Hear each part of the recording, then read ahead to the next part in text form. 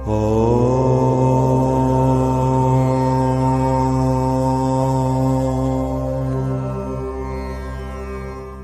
ಗುರುಭ್ಯೋ ನಮಃ ಪರಮಗುರುಭ್ಯೋ ನಮಃ ಶ್ರೀಮದಾನಂದತೀರ್ಥಭಗವತ್ಪಾದಾಚಾರ್ಯ ಗುರುಭ್ಯೋ ನಮಃ ಹರಿ ಓಂ.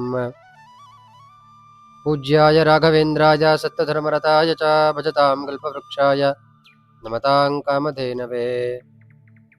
ಶುಕ್ಲಾಂಬರಧರಂ ವಿಷ್ಣುಂ ಶಶಿವರ್ಣಂ ಚತುರ್ಭುಜಂ ಪ್ರಸನ್ನವದನಂ ಧ್ಯಾಯೇತ್ ಸರ್ವವಿಘ್ನೋಪಶಾಂತಯೇ. ಸ್ವಸ್ತಿಸ್ತು ಸತಾಂ ಅಶೇಷಸನ್ಮಂಗಳಾನಿ ಭವಂತು. ಹರಿ ಓಂ.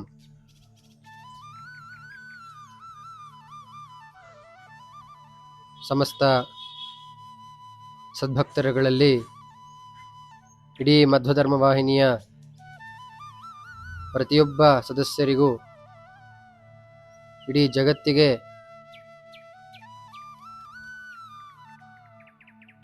ಗುರುಪುಷ್ಯ ಯೋಗದ ಹಾರ್ದಿಕ ಶುಭಾಶಯಗಳನ್ನು ತಿಳಿಸುತ್ತಾ, ಪುಷ್ಯ ನಕ್ಷತ್ರ ಬಹಳ ಅದ್ಭುತಕರವಾಗಿರುವಂತಹ ಶುಭಗಳಲ್ಲಿ ನಕ್ಷತ್ರಗಳಲ್ಲಿ ಒಂದು ಸಹಿತ ಆಗಿದೆ. ಅದರಂತೆಯೇ ಇವತ್ತಿನ ದಿವಸ ಯಾರು ಗುರುಗಳನ್ನ ಸ್ಮರಣೆಯನ್ನ ಮಾಡುತ್ತಾರೋ ಅವರಿಗೆ ಪರಮಾನುಗ್ರಹ ಆಗುತ್ತೆ ಅಂತ ಶಾಸ್ತ್ರಕಾರಗಳಲ್ಲಿ ನಮಗೆ ತಿಳಿಸಿಕೊಟ್ಟಿದ್ದಾರೆ. ಅದೇ ರೀತಿಯಾಗಿ ಗುರುಗಳಿಗೆ ಶರಣಾಗತವಾಗುವಂತಹ ಗುಣ ದೊರೆಯದಣ್ಣ ಮುಕುತಿ ಬಹಳ ದೊಡ್ಡ ಗುಣ. ಯಾಕೆ ಅಂತಂತಂದ್ರೆ ಶರಣಾಗತತ್ವ ಅನ್ನತಕ್ಕಂಥದ್ದು ಬಹಳ ಪ್ರಾಮುಖ್ಯತೆ ಬೇಕು.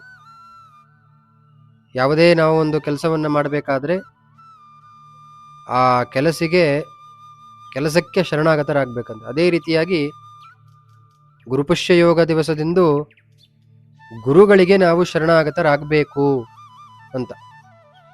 ಸಾಮಾನ್ಯವಾಗಿ ನಮ್ಮ ಇಡೀ ಜೀವನದಲ್ಲಿ ನಾವು ಏನೇ ವಿದ್ಯೆಯನ್ನ ಪ್ರಾರಂಭ ಮಾಡಬೇಕಾದರೆ ಮತ್ತೆ ಯಾವುದೇ ಕೆಲಸವನ್ನ ಪ್ರಾರಂಭ ಮಾಡಬೇಕಾದರೆ ಗಣಪತಿಯನ್ನ ಸ್ಮರಣೆಯನ್ನ ಮಾಡಿಕೊಂಡು ನಾವು ಪ್ರಾರಂಭ ಮಾಡಬೇಕು.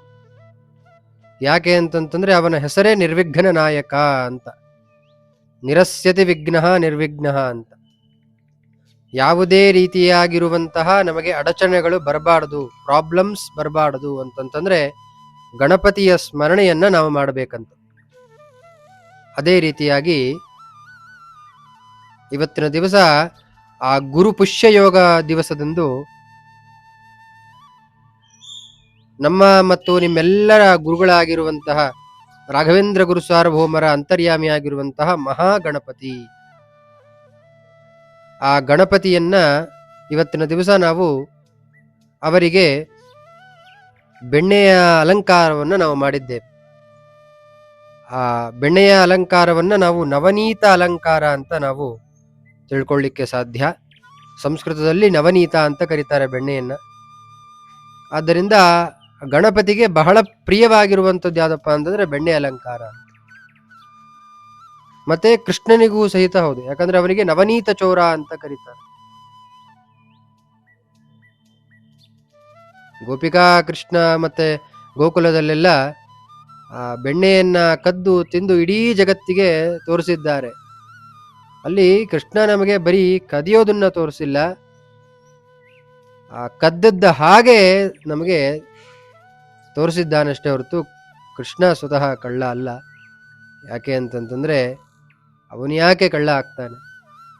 ಇಡೀ ಜಗತ್ತಿನ ಸೃಷ್ಟಿಯನ್ನ ಅವನ ಕೈಲಿದೆ, ಅವನ ಯಾಕೆ ಕಳ್ಳ ಆಗ್ತಾನೆ? ಆಗ್ಲಿಕ್ಕೆ ಸಾಧ್ಯ ಇಲ್ಲ. ಜ್ಞಾನವನ್ನ ನೀವು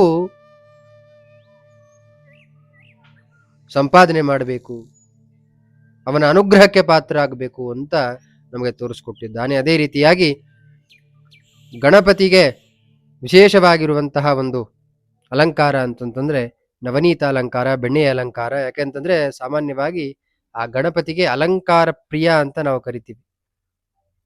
ಅಲಂಕಾರ ಪ್ರಿಯ ಅಂತಂತಂದ್ರೆ ಭಗವಂತನಿಗೆ ಯಾವುದು ಪ್ರಿಯ ಇಲ್ಲದೆ ಇದ್ರೂ ಸಹಿತ ಅವನಿಗೆ ಚೆನ್ನಾಗಿ ಅಲಂಕಾರ ಮಾಡ್ಬಿಟ್ರೆ ಸಾಕಂತೆ, ಅವನಿಗೆ ತುಂಬಾ ಪ್ರಿಯ ಆಗತ್ತಂತೆ.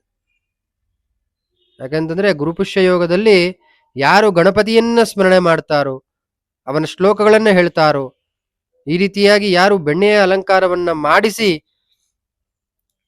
ಪ್ರಾರ್ಥನೆಯನ್ನ ಮಾಡ್ಕೋತಾರೋ ಅವರಿಗೆ ಇಡೀ ಜಗತ್ತಿನ ಇಡೀ ಜೀವನದಲ್ಲಿ ಯಾವತ್ತೂ ಕಾರ್ಯಗಳಲ್ಲಿ ವಿಘ್ನಗಳು ಬರೋದಿಲ್ಲ ಅಂತ ನಮಗೆ ತಿಳಿಸ್ಕೊಟ್ಟಿದ್ದಾರೆ. ಎಲ್ಲರೂ ಸಹಿತ ಗಣಪತಿಯನ್ನ ಪ್ರಾರ್ಥನೆ ಮಾಡ್ಕೊಳ್ಳಿ. ಗಣಪತಿಯ ಒಂದು ವಿಶಿಷ್ಟವಾಗಿರುವಂತಹ ಮಂತ್ರ ಓಂ ಗಣಾನಾನ್ತ್ವಾ ಗಣಪತಿಗಂ ಹವಾಮಹೇ ಕಪಿಂ ಕವೀನಾ ಮೋಮಶ್ರವಸ್ತಮಂ ಜ್ಯೇಷ್ಠರಾಜಂ ಬ್ರಹ್ಮಣಾಂ ಬ್ರಹ್ಮಣಸ್ಪತ ಆನಃ ಶೃಣ್ವನ್ನೋತಭಿಃ ಸೀದಸಾದನಂ. ಓಂ ಶ್ರೀ ಮಹಾಗಣಪತಯೇ ನಮಃ. ಈ ಶ್ಲೋಕವನ್ನ ಹೇಳುವುದರ ಮೂಲಕ ಆ ಬೆಣ್ಣೆ ಅಲಂಕಾರವನ್ನ ಮಾಡಿಸಿ ಎಲ್ಲರೂ ಕೃತಾರ್ಥರಾಗ್ರಿ. ಪ್ರತಿಯೊಬ್ಬರಿಗೂ ಆ ಗುರುಗಳನ್ನ ಮತ್ತೆ ವಿನಾಯಕನನ್ನ ಸ್ಮರಣೆ ಮಾಡ್ಕೊಳ್ಳಿ. ಯಾಕೆಂತಂದ್ರೆ ಅವನೇ ದೊಡ್ಡ ಗುರು ನಮಗೆ.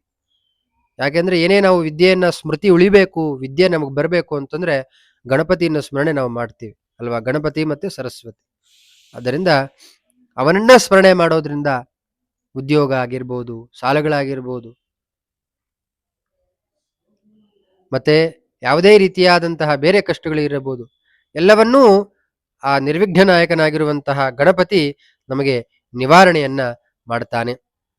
ಈ ನಿಮಗೆ ಒಂದು ಫೋಟೋ ಮೂಲಕ ನಿಮಗೆ ನಾನು ತೋರಿಸ್ತಾ ಇದ್ದೇನೆ. ಇದು ನಮ್ಮ ಮನೆಯಲ್ಲಿ ಇರುವಂತಹ ಗಣಪತಿ. ಆದ್ದರಿಂದ ತಾವೆಲ್ಲರೂ ಸಹಿತ ಪ್ರಾರ್ಥನೆ ಮಾಡ್ಕೊಳ್ಳಿ ಗಣಪತಿಯನ್ನ. ಆನ್ಲೈನ್ ಮೂಲಕನೂ ಸಹಿತ ನಾನು ಈ ಅಲಂಕಾರಗಳನ್ನು ನಾನು ಮಾಡುತ್ತೇನೆ. ಯಾರಾದರೂ ಸಹಿತ ಅಲಂಕಾರನ, ಯಾಕೆ ಅಂತಂದ್ರೆ ಇದು ಬಹಳ ವಿಶಿಷ್ಟ ರೀತಿಯಲ್ಲಿ ಅದ್ಭುತವಾಗಿರುವಂತಹ ಗಣಪತಿ. ಎಷ್ಟೋ ಜನ ಇದಕ್ಕೆ ಅಲಂಕಾರಗಳನ್ನು ಮಾಡಿಸಿ ತಮ್ಮ ಇಷ್ಟಾರ್ಥಗಳನ್ನ ಪಡಿಸ್ಕೊಂಡಿದ್ದಾರೆ. ತಾವೂ ಸಹಿತ ಆ ಅಲಂಕಾರವನ್ನ ಮಾಡಿಸಿ ಕೃತಾರ್ಥರಾಗಬಹುದು. ಏನೇ ನಿಮ್ಮ ಅನಿಸಿಕೆಗಳನ್ನ ಅನ್ಕೊಂಡು ಈ ಅಲಂಕಾರವನ್ನ ಮಾಡಿಸುವುದರ ಮೂಲಕ, ಅಲಂಕಾರ ಅಂತಲ್ಲ, ಬೇಕಾದಷ್ಟು ಪೂಜೆಗಳನ್ನು ಸಹಿತ ಮಾಡಿಸಬಹುದು. ಅಲಂಕಾರವು ಸಹಿತ ವಿಶೇಷವಾಗಿರುವಂಥದ್ದು ಗಣಪತಿಗೆ. ಆದ್ದರಿಂದ ಆ ಗಣಪತಿಗೆ ಅಲಂಕಾರವನ್ನ ಮಾಡುವುದರ ಮೂಲಕ ಯಾರು ಮಾಡಿಸುತ್ತಾರೋ ಅವರಿಗೆ ವಿಶೇಷವಾಗಿ ಪ್ರಸಾದವನ್ನ ಕಳಿಸಿಕೊಡಲಾಗುತ್ತೆ. ಎಲ್ಲರೂ ಇಷ್ಟಾರ್ಥಗಳನ್ನ ಪಡೆದುಕೊಳ್ಳಬಹುದು ಅಲಂಕಾರದ ಮೂಲಕ. ಆದ್ದರಿಂದ ಹೇಳಿ ಇವತ್ತಿನ ದಿವಸ ಗಣಪತಿಯನ್ನ ವಿಶ್ವಂಭರ ಮೂರ್ತಿಯಾಗಿರುವಂತಹ ಇಡೀ ಜಗತ್ತಿಗೆ ಒಡೆಯನಾಗಿರುವಂತಹ ಗಣಪತಿ ಅಂತರ್ಯಾಮಿಯಾಗಿರುವಂತಹ ವಿಶ್ವಂಭರನನ್ನ ಈ ಎರಡು ಮಾತುಗಳನ್ನ ಸಮರ್ಪಣೆ ಮಾಡಿ ರಾಘವೇಂದ್ರ ಗುರು ಸಾರ್ವಭೌಮಗಳಿಗೆ ಸಮರ್ಪಣೆಯನ್ನು ಮಾಡಿ ಪೂಜ್ಯಾಯ ರಾಘವೇಂದ್ರಾಯ ಸತ್ಯಧರ್ಮ ರತಾಯ ಚ ಭಜತಾಂ ಕಲ್ಪವೃಕ್ಷಾಯ ನಮತಾಂ ಕಾಮಧೇನವೇ ಶುಕ್ಲಾಂ ಭ್ರದರಂ ವಿಷ್ಣುಂ ದಶವರ್ಣಂ ಚತುರ್ಭುಜಂ ಪ್ರಸನ್ನವದನಂ ಧ್ಯಾಯೇತ್ ಸರ್ವವಿಘ್ನೋಪಶಾಂತಯೇ. ಸರ್ವಂ ಶ್ರೀಕೃಷ್ಣಾರ್ಪಣಮಸ್ತು. ನಿಮಗೆ ಈ ಒಂದು ವಿಚಾರದ ಮೂಲಕ ಒಂದು ಏನೇ ಮಾಹಿತಿಗಳು ಬೇಕಾದರೂ ಸಂಪರ್ಕ ನಂಬರ್ ಇದೆ, ಸಂಪರ್ಕವನ್ನ ತಾವು ಮಾಡಬಹುದು. ಏನೇ ನಿಮ್ಮ ಕಷ್ಟಗಳಿದ್ರೂ ಸಹಿತ ಆ ನಂಬರಿನಲ್ಲಿ ಹೇಳಿಕೊಂಡ್ರೆ ಸಂಪರ್ಕದ ಮೂಲಕ